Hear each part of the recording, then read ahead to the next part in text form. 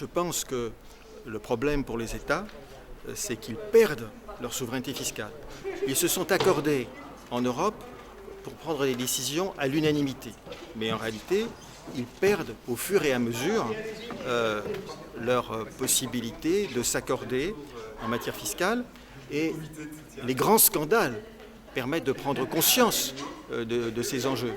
Par exemple, l'affaire SwissLeaks nous révèle concrètement ce que ça veut dire qu'une banque HSBC qui organise la fraude fiscale et l'impuissance des États à réagir. Finalement, on a commencé à réagir très tardivement sur ces listes Falciani. Le scandale LuxLeaks, même chose, sur ces rescrits fiscaux totalement déloyaux et totalement légaux. Luxembourg qui octroie des avantages substantiels aux grandes entreprises.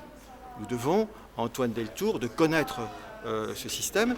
Et bien que connaissant ce système, les États ont beaucoup de mal à s'accorder pour organiser l'échange d'informations concernant les rescrits fiscaux. Puis je crois que nous perdons en même temps notre souveraineté judiciaire. Là aussi, les États sont crispés sur la souveraineté de la justice, mais en même temps qu'ils sont crispés sur la souveraineté de la justice, la coopération judiciaire internationale est embryonnaire. Et en tout cas, même à l'intérieur de l'Union européenne, elle n'est pas satisfaisante. Qu'est-ce que ça veut dire ? Ça veut dire que ce sont les États-Unis qui vont sanctionner les entreprises corruptrices. Ça veut dire que Alcatel, ça veut dire que Siemens, ça veut dire que Technip payent des amendes substantielles aux États-Unis. Et ça veut dire que de fait, nous consentons à un certain impérialisme juridique. Et en même temps que nous perdons cette souveraineté, bien une souveraineté émergente des entreprises transnationales.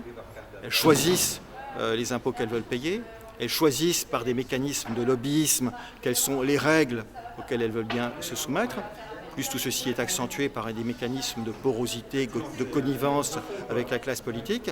Et là, on est dans une situation qui n'est plus du tout démocratique. Donc l'enjeu, fondamentalement, c'est de reconquérir une souveraineté démocratique, faire en sorte que nous puissions déterminer collectivement dans quel monde nous voulons vivre. La place du Luxembourg est substantielle et elle est si substantielle qu'on a un chercheur, Gabriel Zucman, qui disait que le Luxembourg n'a pas sa place dans l'Union européenne, car il ne peut pas y avoir d'Union européenne avec une concurrence fiscale déloyale, il ne peut pas y avoir d'Union européenne dans un contexte de dumping social, de dumping fiscal. Et donc là, effectivement, on a un enjeu. Quelle Europe voulons-nous ? Est-ce que c'est une Europe de libre-échange économique,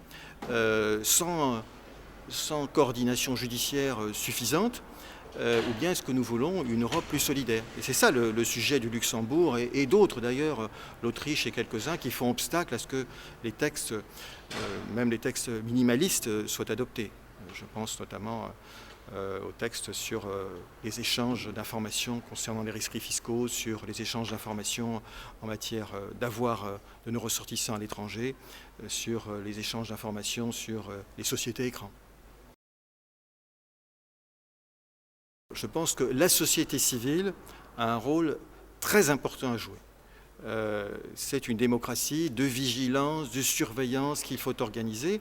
Et la plateforme contre les paradis fiscaux et judiciaires a permis de faire avancer quelques textes. Le reporting pays par pays en matière de banques, c'est-à-dire le fait que les banques déclarent pays par pays quels sont les impôts payés, quelles sont les personnes qui sont employées dans les pays, ça a permis de révéler un certain nombre d'informations. Ça a permis de se rendre compte que certaines banques étaient très productives dans les paradis fiscaux et un peu moins dans les grands pays où elles réalisent l'essentiel de leur chiffre d'affaires. Et ça, c'est quelque chose qui a progressé, notamment grâce à la société civile, dans cette loi bancaire qui, par ailleurs, est très critiquable et très minimaliste. Et puis les lanceurs d'alerte, eh bien, ils permettent de révéler la part d'ombre du système. Il y a une information qu'eux seuls détiennent. Donc s'ils ne parlent pas de l'intérieur du système, on n'en sait absolument rien. Et donc Hervé Falciani, Stéphanie Gibault, Antoine Deltour et quelques autres, nous leur devons cette information et en même temps nous leur devons des milliards qui vont permettre de rentrer dans les caisses de l'État. Et le vrai sujet aujourd'hui, c'est que la protection des lanceurs d'alerte n'est pas du tout reconnu. La figure du lanceur d'alerte est une figure emblématique, louée, mais la protection concrète est très faible et leur rôle n'est pas reconnu. Et c'est assez, je veux dire, triste de voir que ces personnes qui apportent à l'État et aux citoyens des informations substantielles soient marginalisées. En tout cas, et encourent parfois des peines d'emprisonnement, ce qui est le cas d'Antoine Deltour. Alors il aura peut-être le prix Zakharov, en même temps qu'il aura une peine d'emprisonnement qui pèse sur lui. Là, ça nous ramène à une époque antérieure, et je ne souhaiterais pas qu'on revienne à cet état antérieur, pas si lointain.